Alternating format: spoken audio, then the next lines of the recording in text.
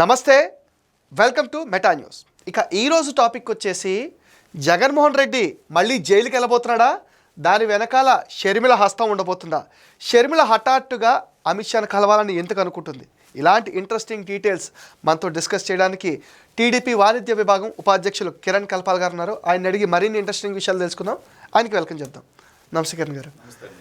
షర్మిల అమిత్ షాను కలిసి జగన్ అక్రమాస్తుల కేసు, అదేవిధంగా Vivekananda Reddy case nearly 7 ఏళ్ళు గడిచిపోతుంది, తొందరగా ఏదోటి తేల్చండి, దోషులకు శిక్ష వేయండి అని చెప్పేసి అడగబోతున్నారని ఒక మాట అయితే వినిపిస్తుంది.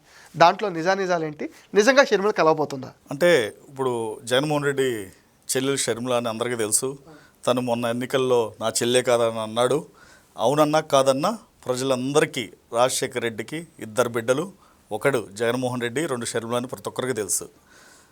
జగన్మోహన్ రెడ్డి మీద యుద్ధం చేసింది షర్మిల. అంటే అన్న పతనాన్ని కోరుకున్న చెల్లె, లేకపోతే కాంగ్రెస్ ఆంధ్రప్రదేశ్ కమిటీ, ప్రదేశ్ కాంగ్రెస్ కమిటీ అధ్యక్షురాలుగా ఇవ్వబోతుందా, లేదా రాజశేఖర రెడ్డి కుటుంబ సభ్యురాలుగా, అలానే తన చిన్నాన్న వివేకానంద మర్డర్ కోసం సునీతకి సపోర్ట్ చేయడానికి వెళ్తుందా అనేది డెఫినెట్గా ఏదైతే ఏమండి 2 విషయాల్లోనూ అక్రమాస్తులు సంపాదించిన మాట నిజం. అలానే వివేకానంద రెడ్డిని మట్టుబెట్టి నారాసుర రక్త చరిత్ర అని ప్రజల్లోకి గత ఎన్నికల ముందు 2019 ఎన్నికల ముందు తీసుకెళ్ళి సక్సెస్ అయ్యాడు. తర్వాత అది జగనాసుర రక్త చరిత్రని ప్రజలు తేల్చేశారు. ఇప్పుడు ఆ కేసుని ఎవరో తిరగదోట్ల మళ్ళీ ఒకవేళ షర్మిల వెళ్ళి అమిత్ షాని కలిసి సెంట్రల్ హోమ్ మినిస్టర్ని కలిసి మళ్ళీ నిజంగా రేపు అరెస్ట్ అయ్యే పరిస్థితి వస్తే మళ్ళీ దీని నిందలు కూడా మళ్ళీ ఎవరి మీద వేస్తాడు? చంద్రబాబు గారు. ఆటోమేటిక్గా కూటమి ప్రభుత్వం మీదే వేస్తాడు.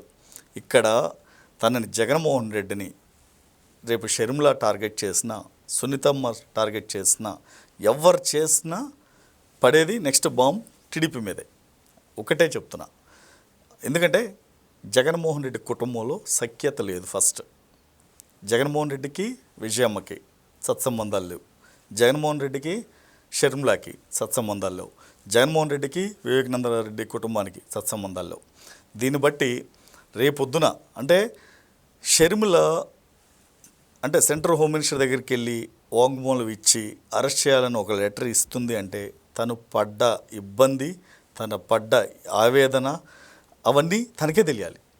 ఎందుకంటే ఒక రకంగా ఎంత మానసికంగా ఇబ్బంది పెట్టాడో షర్మిల తెలుసు. ఆవిడ మొన్న ఎన్నికల ముందు చెప్పింది, ఒక ఆడపిల్ల ఆ విధంగా బయటకు వచ్చి చెప్పింది అంటే తన పడ్డ ఇబ్బందులు ఏంటో రాష్ట్రం మొత్తం చూశారు. డైరెక్ట్గా ట్రోల్ చేశారు, తన పుట్టుకనే అవమానించారు, షర్మిల పుట్టుకనే. ఆ విధంగా చేసిన ఘనమైన నీతి తప్పిన చరిత్ర ఎవరిదంటే జగన్మోహన్ రెడ్డిది. ఆఖరికి తన సొంత బాబాయ్ కూతురు న్యాయం చెయ్యి జగన్ రెడ్డి అని వెళ్తే కనీసం అపాయింట్మెంట్ కూడా ఇవ్వలేదండి. మరి అలాంటి వాడు రాష్ట్ర ప్రజలకు ఏం చేస్తాడు? ఈ రోజున విజయవాడ వచ్చి వలన వంశీకి ఏదో ఎరగదీసేస్తాను, పొడి చేస్తానని చెప్పి ఊరికే మీడియా కోసం 4 మాటలు మాట్లాడి ఈ రోజు వరకు కూటమి ప్రభుత్వం వచ్చి 8 నెలల కాలమైంది. ప్రజల్లోకి ఏ రోజున వెళ్ళాడా? బెంగళూరు యలహంక ప్యాలెస్లో కూర్చుని పబ్జీ గేమ్ ఆడుకుంటున్నాడు జగన్మోహన్ రెడ్డి. తనకేంటంటే తన బ్రెయిన్ ఈ రోజుకి కూడా 20 నుండి 25 సంవత్సరాల మధ్య ఎలా ఉంటుందో, అంటే ఆ వయసు ఉన్న వ్యక్తుల బ్రెయిన్ ఎలా ఉంటుందో స్టిల్ ఇంకా అలాగే ఉంది జగన్మోహన్ రెడ్డికి. బ్రెయిన్ ఎదగల. ఎందుకంటే తనకు తెలిసింది ఒకటే, క్రూరత్వం, మృగం, మానవ మృగం. ఆ రెండింటికి సరిపడా నాయకుడు ఎవరన్నా ఉన్నారంటే జగన్మోహన్ రెడ్డి. ఇటు కుటుంబాన్ని, ఇటు రాష్ట్రాన్ని, ఇటు తెలుగుదేశం పార్టీని, కూటమి ప్రభుత్వాన్ని ఎంత దారుణంగా నాశనం చేశాడో ప్రతి ఒక్కరూ చూశారు 2019 నుండి 24లో.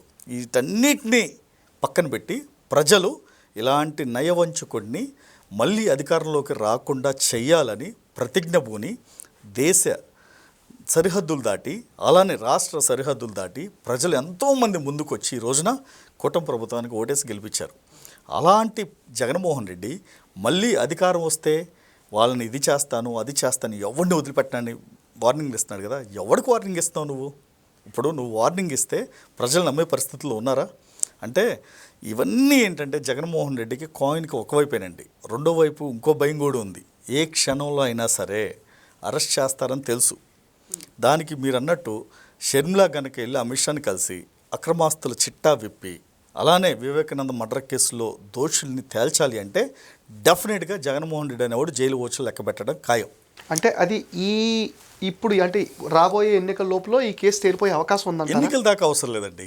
ఒక్కొక్క సంవత్సరంలో డెఫినెట్గా జగన్మోహన్ రెడ్డి అనే వ్యక్తి దోషిగా వివేకానందం మర్డర్ కేసులో కానివ్వండి, అక్రమాస్తుల కేసులో కానివ్వండి, దోషిగా నిలబడటం ఖాయం. అది 100% జరిగి తీరుతుంది అది.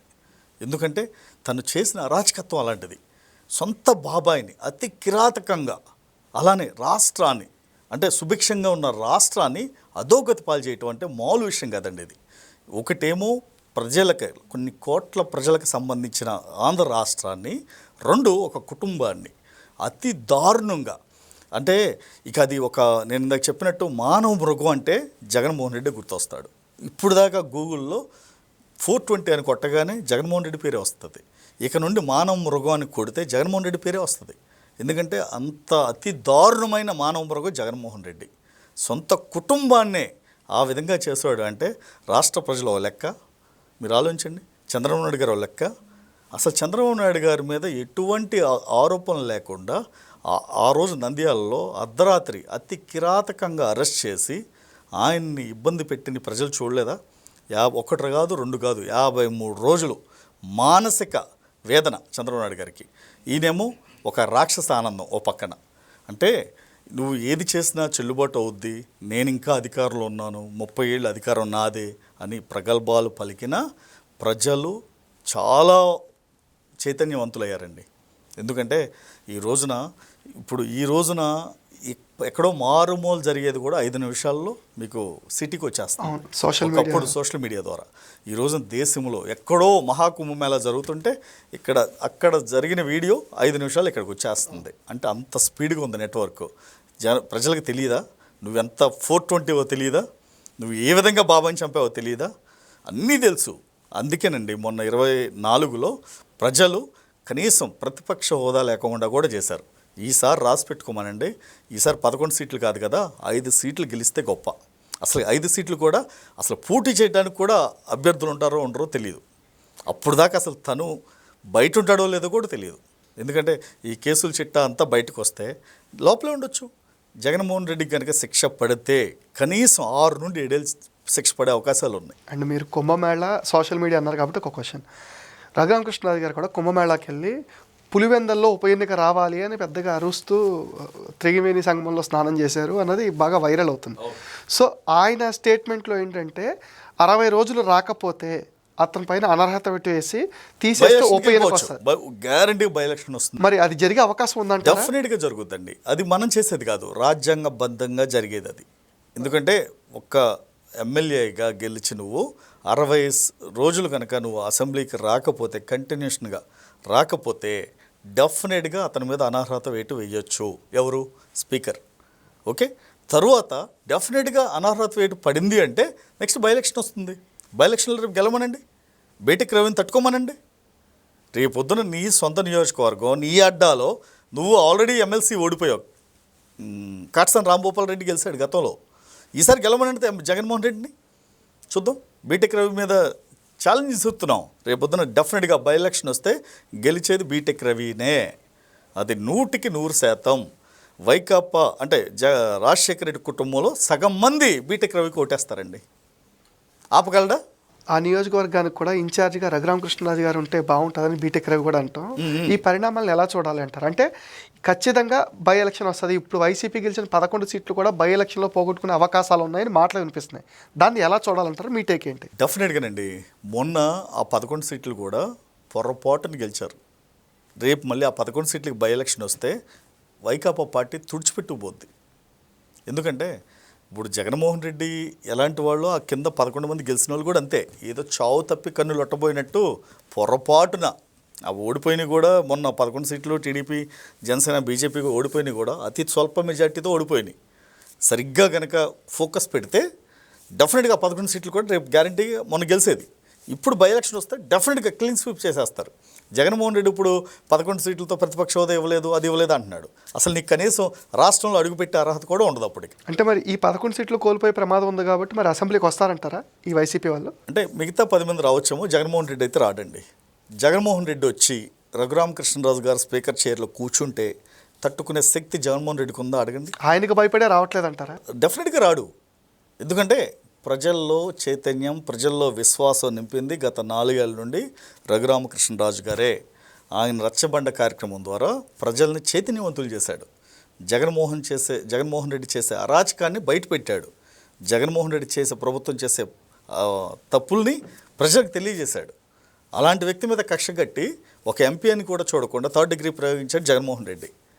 మరి అలాంటి వాడిని రేపొద్దున అసెంబ్లీలో రఘురామకృష్ణరాజు గారిని ఫేస్ చేయమనండి, రఘురామకృష్ణరాజు గారి ముందు కూర్చోమనండి.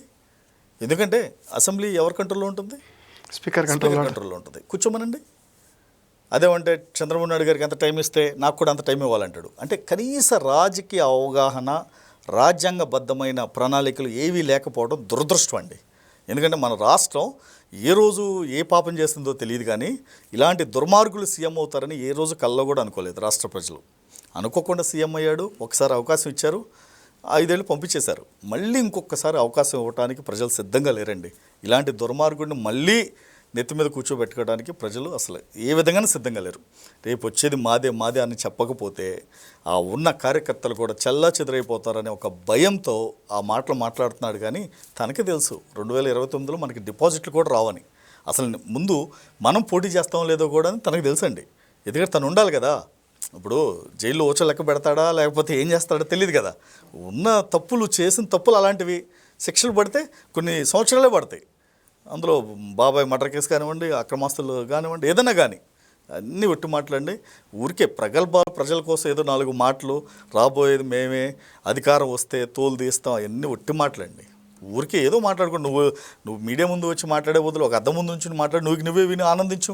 నువ్వే లేదంటే వాడెవడో స్వామీజీ ఉన్నాడు కదా, నిత్యానంద స్వామి, వాడు ఒక కైలాసగిరి అని ఒక దేశాన్ని పెట్టించుకున్నట్టు నువ్వు కూడా కడప పులివెందుల దగ్గర ఒక కొండల్ని ఒక దేశంలాగా, కడప దేశంలాగా చేసి నువ్వే రాజులాగా ఫీల్ అవ్వు.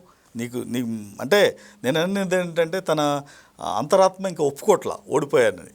అందుకని నువ్వే ఒక చిన్న దేశాన్ని ఏర్పరచుకుని దానికి ఒక రాజులాగా నువ్వే వెలుగు.